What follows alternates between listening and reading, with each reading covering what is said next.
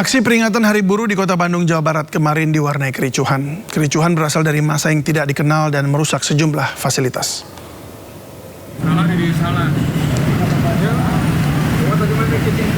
Aksi peringatan Hari Buruh di Kota Bandung, Jawa Barat dirusak massa yang tidak dikenal pada Jumat malam. Massa memblokade jalan serta merusak fasilitas umum di Jalan Cikapayang seperti Videotron dan juga pos polisi. Kericuhan ini sempat menyebabkan kemacetan parah. Massa bubar setelah dipukul mundur polisi.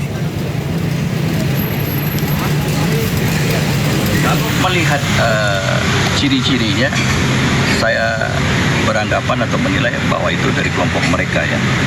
Mereka pakaian hitam tadi menutup mukanya, kemudian membawa benda-benda yang berbahaya, membawa bahan bakar dan sebagainya dan melakukan pengerusakan. Jadi tidak ada agenda hari ini, gitu ya. Ini sudah melanggar, ini waktunya aja sudah tidak tepat. Sementara itu di Jakarta, massa buruh berunjuk rasa di depan gedung DPR RI untuk memperingati Hari Buruh. Buruh kompak mengenakan pakaian serba merah. Massa buruh terdiri dari Konfederasi Kongres Aliansi Serikat Buruh Indonesia dan Aliansi Gerakan Buruh Bersama Rakyat mulai mendatangi gedung DPR. Berjalan kaki, massa buruh meneriakkan yel-yel dan membawa replika rudal dan roket dengan spanduk tulisan "Hentikan Perang". Pertama-tama, saya mewakili perjuangan dari Gerakan Buruh Indonesia. Dalam peringatan Hari Buruh Internasional, Presiden Prabowo memberikan kado bagi kaum buruh. Selain menerbitkan Perpres tentang pembentukan Satgas Mitigasi PHK, pemerintah juga berjanji membangun 1.386 kampung nelayan di seluruh Indonesia.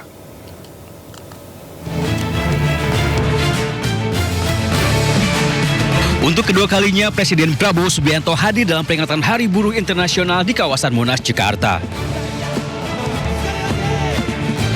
Tak sekedar hadir, Prabowo juga mengumumkan kebijakan baru sebagai kado bagi tenaga kerja Indonesia. Kebijakan yang pertama adalah terbitnya Peraturan Presiden Nomor 10 Tahun 2026 tentang pembentukan Satgas Mitigasi PHK dan Kesejahteraan Buruh. Dengan terbitnya Perpres ini, pekerja yang terancam kehilangan pekerjaan akan memiliki jaringan pengamanan dan perlindungan. Perlindungan juga diberikan bagi buruh di sektor maritim. Lewat Perpres Nomor 25 Tahun 2026, standar perlindungan dan kesejahteraan bagi para awak kian terjamin. Pekerja transportasi online juga turut mendapatkan kado dengan terbitnya Perpres Nomor 27 Tahun 2026. Maka perusahaan aplikator wajib memberikan jaminan kecelakaan kerja, pemberian BPJS Kesehatan hingga asuransi, yang membuat para pengemudi ojol bersorak. Lewat Perpres ini, potongan aplikator ojol berubah dari 20% menjadi 8%. Di Hari Buruh Internasional, pemerintah juga berjanji membangun 1.386 kampung nelayan di seluruh Indonesia. Tidak hanya kampung nelayan, pemerintah juga berjanji menyediakan 1 juta unit rumah bagi para buruh. Rencananya, rumah akan dibangun di sekitar kawasan industri. Di sisi legislasi, setelah 22 tahun, Undang-Undang Perlindungan Pekerja Rumah Tangga atau PPRT juga akhirnya disahkan. Selain itu, Prabowo juga berjanji akan menuntaskan RUU Ketenagakerjaan. Pada peringatan Hari Buruh Internasional kali ini juga, negara mengakui Marsinah sebagai pahlawan nasional. Pemirsa, kami masih punya laporan langsung dari Mekah dan Madinah, Arab Saudi. Kami akan hadirkan usai jeda berikut ini.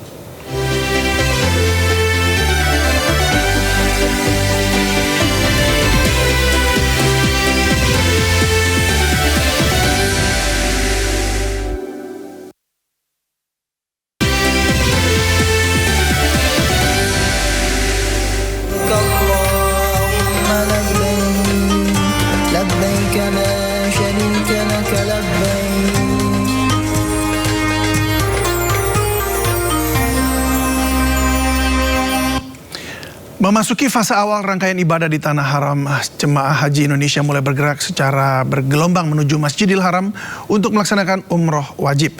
Perjalanan spiritual ini mendapat pengawalan ketat dari petugas termasuk penyediaan bus shalawat dan pendampingan kursi roda khusus lansia demi menjaga keselamatan tamu Allah.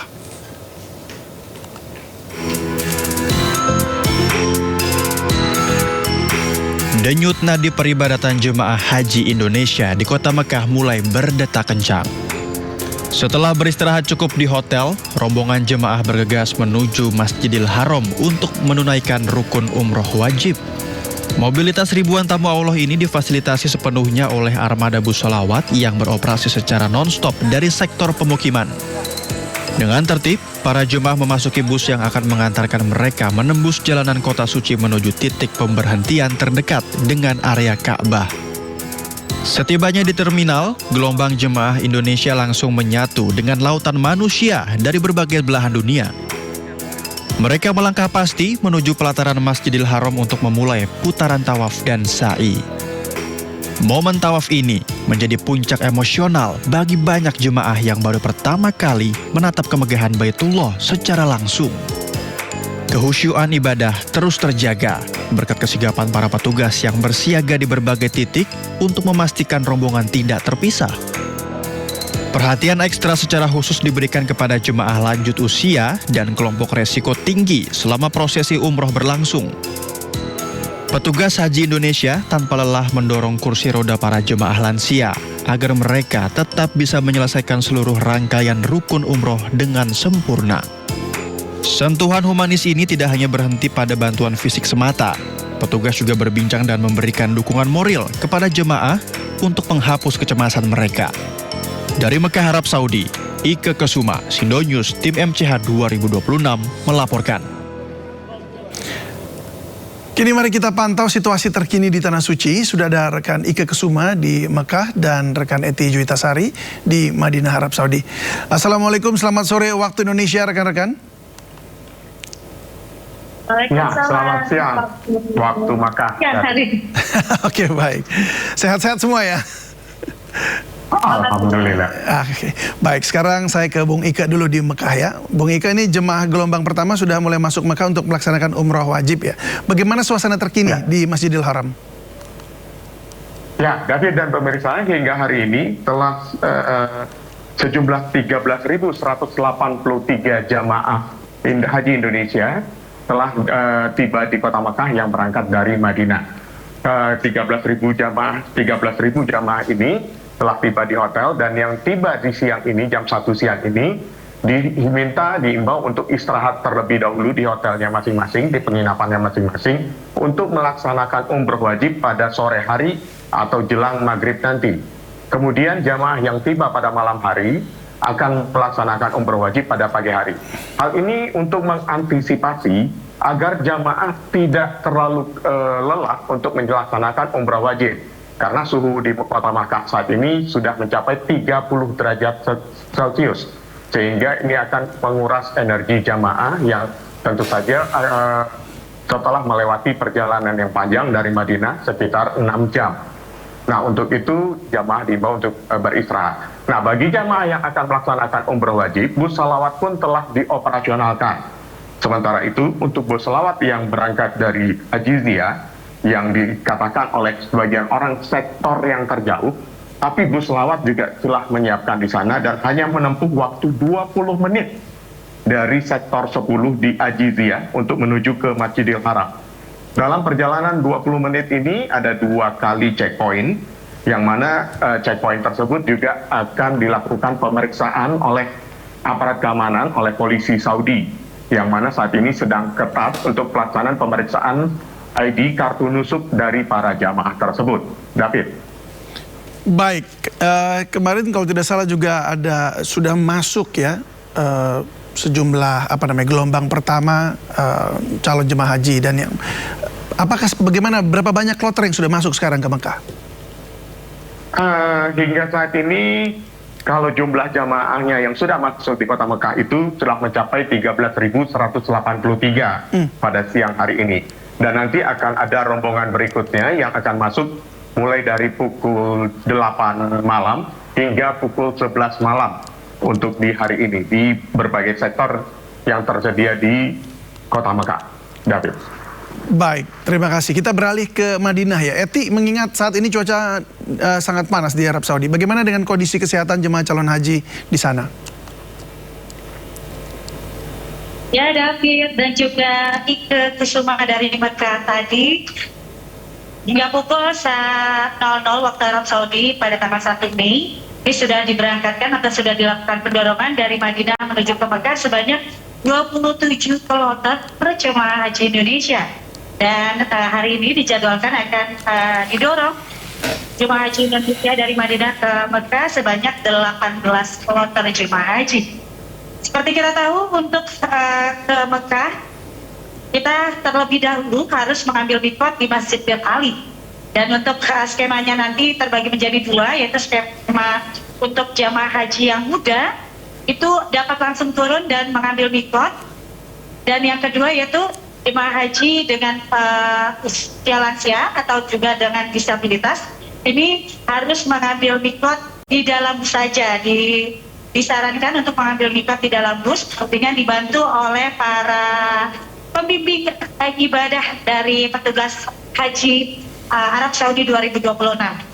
David dan juga pemirsa, ini selain jamaah haji yang sudah berangkat ke Mekah, ini ada beberapa pasien yang di KKHI akan juga didorong dari Madinah menuju ke Mekah. Hingga tanggal 1 Mei 2026 itu ada sebanyak 3 pasien yang didorong dari Madinah menuju ke Mekah.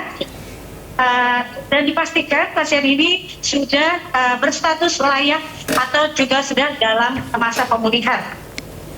Jadi pasien-pasien ini nantinya akan didampingi oleh 1 dokter dan 1 perawat, dan mereka secara teknis ini sudah memakai pakaian ihram, dan nanti saat sampai di Masjid Bir Ali dia juga tidak perlu untuk turun ke masjid dan cukup melafalkan niatnya dari dalam ambulans. Untuk itu kita doakan bersama agar para pasien yang masih berada di Rumah Sakit Arab Saudi, ini tercatat masih ada 48 pasien yang belum bisa dilakukan pendorongan dari Madinah menuju Mekah. Semoga dalam waktu dekat ini semakin membaik kondisi kesehatannya dan bisa melaksanakan seluruh rangkaian ibadah haji 2026. Kembali ke rekan David. Baik, terima kasih rekan Eti dari Madinah untuk laporannya dan juga Bung Ike dari Mekah Arab Saudi. Selamat bertugas kembali. Pemirsa, gelombang pertama jemaah haji Indonesia yang baru saja tiba di Mekah kini merasakan pengalaman spiritual mendalam saat mengikuti sholat Jumat perdana di Masjidil Haram. Kepadatan lautan manusia dari berbagai belahan dunia menjadi tantangan fisik sekaligus ujian kekhusyukan bagi para tamu Allah di bawah bayang-bayang kemegahan menara jam atau clock tower Makkah. Kemegahan menara jam Abroj Al-Bait atau Clock Tower menjadi saksi bisu pergerakan jutaan umat muslim menuju Masjidil Haram pada hari Jumat waktu setempat. Bagi ratusan jemaah Nusantara yang baru merapat dari Madinah, ini adalah momen sholat Jumat pertama mereka di pusat kiblat dunia tahun ini. Sejak matahari beranjak naik, lautan manusia berseragam kain ihram putih dan pakaian muslim tampak membanjiri setiap akses pintu masuk pelataran masjid.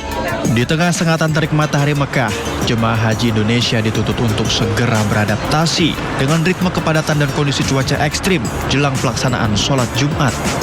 Kedisiplinan dan kesabaran menjadi kunci utama dalam menghadapi jutaan manusia yang tumpah ruah di satu titik kumpul.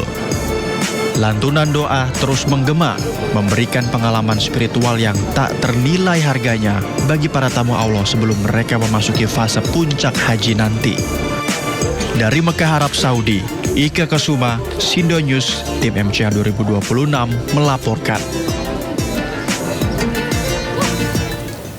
Informasi tadi menutup Sindo sore hari ini. Anda bisa mendapatkan informasi terkini dan terbaru di kanal YouTube Sindo News dan portal yang menghadirkan berita daerah, berita nasional, dan berita internasional di sindonews.com. Saya David Silahoy mewakili tim redaksi yang bertugas pamit undur diri. Terima kasih, selamat berakhir pekan dan sampai jumpa.